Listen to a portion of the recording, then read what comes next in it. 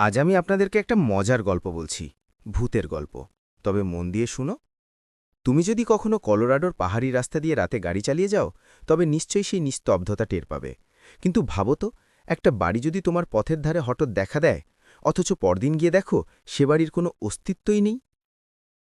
2019 সালের 21 অক্টোবর শিকাগোর এক তরুণ দম্পতি স্যাম আর এরিকা একটি শরৎকালীন রোড ট্রিপে বের হয়। গন্তব্য কলোরাডোর পাহাড়ি পথ।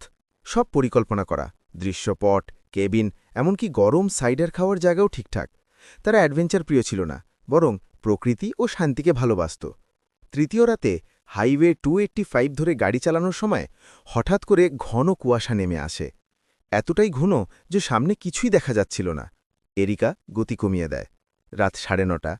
তাদের থাকার কেবিনে পৌঁছানোর কথা ছিল 8টায়। জিপিএস হঠাৎ বন্ধ হয়ে গেল। ব্যাটারি ঠিকই আছে, স্যাম বলল স্ক্রিনে চাপ দিতে দিতে। ঠিক তখনই কুয়াশার মাঝে এক ফিকে আলো দেখা গেল। একটা ভিক্টোরিয়ান ধাঁচের পুরনো বাড়ি, কালো লোহার গেট, জানালায় মোমবাতির আলো আর বারান্দায় আলো জ্বলছে। মাইলের পর মাইল এলাকায় আর কোনো বাড়ি নেই। এরিকা ফিসফিস করে বলল, এটা ম্যাপে নেই।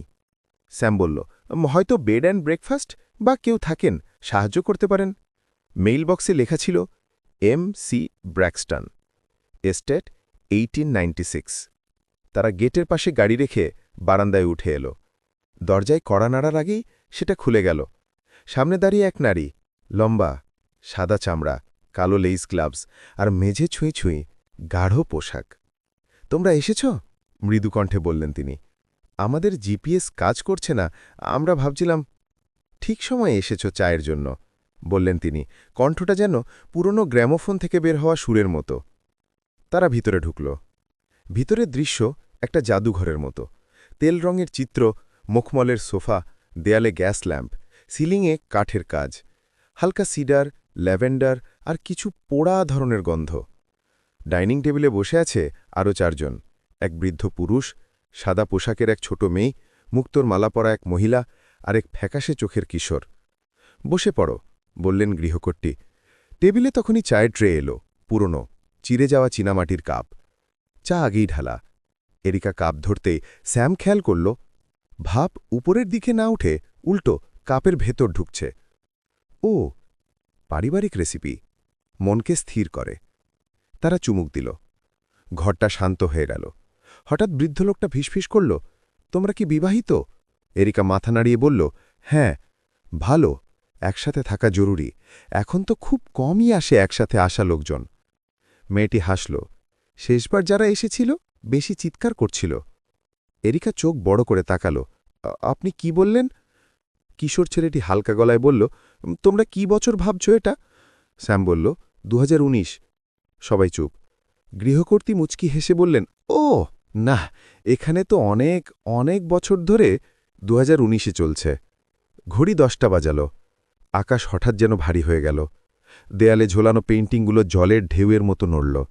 এরিকা জানালার দিকে তাকিয়ে দেখে বাইরের কুয়াশা যেন কাছে ধাক্কা মারছে ভেতরে ঢোকার জন্য। স্যাম উঠে দাঁড়াল। আমরা আসলে, তুমি তো এখন এসেছ, শান্ত কণ্ঠে বললেন গৃহকর্ত্রী। এই বাড়ি তাড়াহুড়ো পছন্দ করে না। আলো নিভে গেল। নিস্তব্ধতা।